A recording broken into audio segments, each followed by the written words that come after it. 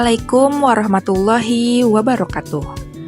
Halo teman-teman, perkenalkan nih, nama saya Ina Sitiani dengan NIM 22133008. Saya merupakan mahasiswi dari program studi Komunikasi dan Penyiaran Islam kelas A yang pada tahun ini semester 4 di Universitas Islam Negeri Sultan Maulana Hasanuddin Banten, salah satu perguruan tinggi yang terletak di Provinsi Banten, tepatnya di Kota Serang. Pada video kali ini dan video-video selanjutnya, saya akan membahas mengenai materi-materi yang saya dapat di bangku perkuliahan, khususnya mata kuliah penulisan berita dan artikel. Semoga video-video saya bisa bermanfaat bagi khalayak luas dan menambah pengetahuan mengenai penulisan berita dan artikel. Adapun siapa sih dosen pengampu mata kuliah ini? Dosen pengampu mata kuliah ini adalah Bapak Dr. Adi Kusuma, SIKOM MSI, salah satu dosen di Fakultas Dakwah Universitas Islam Negeri Sultan Maulana Hasanuddin Banten, terkhusus pada program studi Komunikasi dan Penyiaran Islam. Sedikit bercerita nih, beliau merupakan salah satu dosen yang menurut saya pembawaan dalam cara mengajarnya mudah dipahami oleh mahasiswa. Oke, jadi dalam video pertama saya dimulai pada saat pertemuan pertama mata kuliah penulisan berita dan artikel yang dilaksanakan pada hari Kamis 22 Februari 2024, tepatnya pukul 7.30 sampai pukul 9.10. Di ruang 8 Gedung Fakultas Dakwah Universitas Islam Negeri Sultan Maulana Hasanuddin Banten. Pada pertemuan pertama membahas mengenai rencana pembelajaran semester atau yang biasa kita kenal dengan RPS.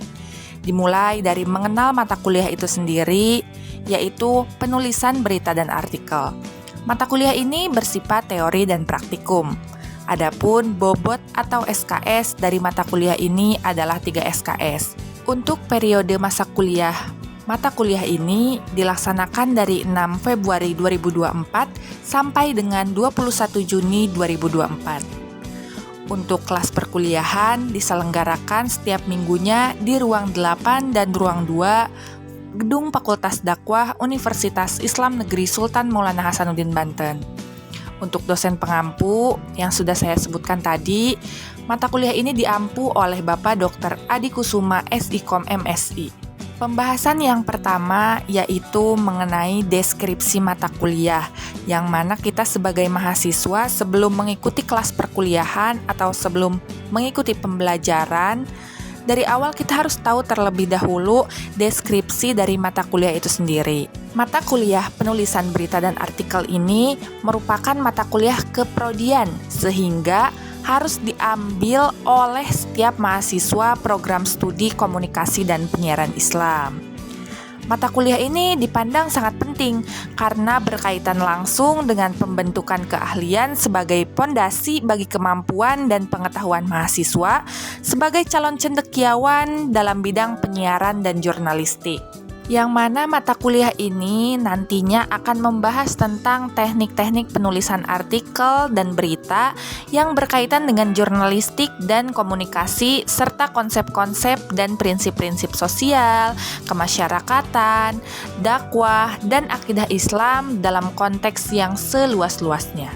Untuk capaian pembelajaran lulusan program studi ini, yaitu yang mana mahasiswa diarahkan untuk menghasilkan output karya dalam bentuk produksi karya tulis, baik artikel dan juga berita, serta mampu menguasai dasar-dasar keilmuan penulisan artikel dan opini, dan terampil dalam pengimplementasian dalam memahami dan mempraktekkan teknik penulisan, khususnya yang berhubungan dengan penulisan berita dan artikel.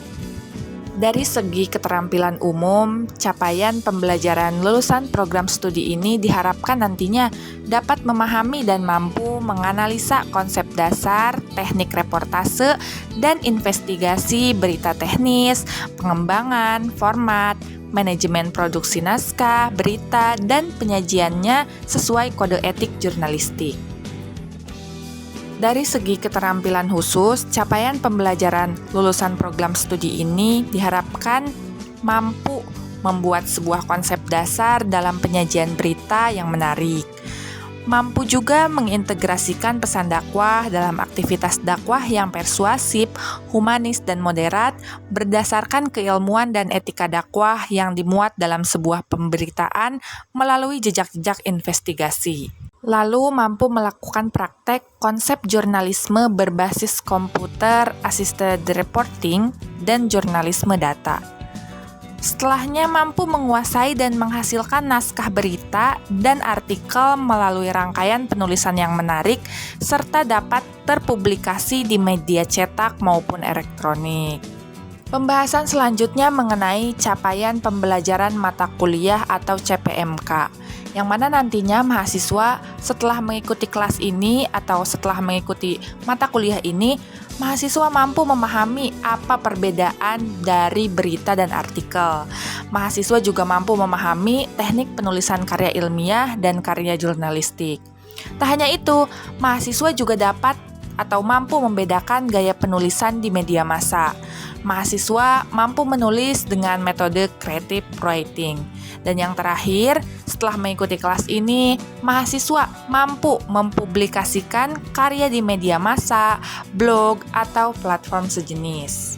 Untuk materi pembelajaran atau pokok bahasan yang akan kita pelajari ke depannya sangat beragam dan tentunya menarik. Bahkan nantinya kita akan memulai praktik menulis artikel, praktik menulis berita, publikasi berita, bahkan sampai publikasi artikel atau jurnal. Untuk tugas atau tagihan yang kedepannya harus dikerjakan oleh mahasiswa dan menjadi sebuah kewajiban, yaitu yang pertama tugas mingguan. Tugas mingguan berupa pembuatan tugas mandiri seperti learning journal, yaitu mahasiswa membuat rekaman video berdurasi 5 sampai dengan 10 menit yang berisikan laporan pembelajaran dari pertemuan sebelumnya. Yang kedua yaitu tugas-tugas praktikum pada setiap materi penulisan berita dan artikel baik individu maupun kelompok. Yang ketiga, pengumpulan tugas ditetapkan sesuai jadwal yang telah ditetapkan. Jika tidak ada, maka dianggap tidak mengerjakan tugas. Setelah membahas tentang tugas, di sini kita beralih membahas mengenai teknik penilaian. Yang mana aspek-aspek yang akan dinilai untuk menentukan nilai akhir dalam perkuliahan ini, yaitu yang pertama, presensi kehadiran 15%, ujian tengah semester 25%, ujian akhir semester 30%, dan tugas 30%. Tetapi, pada kuliah semester ini, jika terdapat salah satu mahasiswa yang berhasil publikasi jurnal berakreditasi SINTA dengan tema penulisan tentang ilmu komunikasi, khususnya tentang artikel dan berita di media massa, maka mahasiswa bersangkutan berhak mendapatkan nilai A. Untuk rentang penilaian, nilai yang kurang dari 65 dianggap tidak lulus. Sedangkan nilai 65 sampai dengan 69 adalah C. Nilai 70 sampai 74 akan mendapatkan nilai C+, 75 sampai dengan 79 akan mendapatkan B-, 80 sampai 84 akan mendapatkan B, 85 sampai dengan 89 akan mendapatkan nilai B+, 90 sampai dengan 94 akan mendapatkan nilai A-, dan dari 95 sampai dengan 100 akan mendapatkan nilai A. Pembahasan terakhir mengenai peraturan dan tata tertib dalam kelas perkuliahan ini, yang mana nantinya mahasiswa diwajibkan untuk mengikuti semua aturannya. Yang pertama, yaitu pembelajaran dilakukan secara tatap muka. Yang kedua, yaitu mahasiswa harus hadir di ruangan, toleransi keterlambatan sampai dengan 15 menit. Yang ketiga, jika mahasiswa terlambat di atas 15 menit, dosen mempersilahkan masuk, tetapi mahasiswa dianggap tidak hadir. Yang keempat, saling menghargai dan tidak membuat kegaduhan atau gangguan atau kerusakan dalam kelas. Yang kelima, yaitu mahasiswa wajib memakai pakaian yang rapi dan sopan. Yang keenam, mahasiswa mengangkat tangan jika ada yang ingin ditanyakan atau menjawab pertanyaan dengan bahasa yang sopan. Yang ketujuh, selama perkuliahan berlangsung, handphone dalam posisi off atau silent. Yang ke-8, mahasiswa memberikan pemberitahuan resmi secara tertulis jika tidak dapat mengikuti UTS dan atau UAS atau ujian akhir semester. Yang ke-9, mahasiswa tidak diperbolehkan mencontek ataupun memberikan contekan selama ujian. Mencontek dan memberikan contekan adalah pelanggaran akademik. Pelakunya akan dikenakan sanksi berupa nilai TL atau tidak lulus. Yang ke-10, jika berhalangan hadir dalam kuliah, mahasiswa harus izin H-1 via WhatsApp dengan menyertakan surat dari dokter jika sakit atau surat lainnya yang sesuai. Dan yang terakhir, mahasiswa yang boleh mengikuti ujian akhir semester adalah mahasiswa yang telah mengikuti perkuliahan minimal 75% atau setara dengan 11 pertemuan.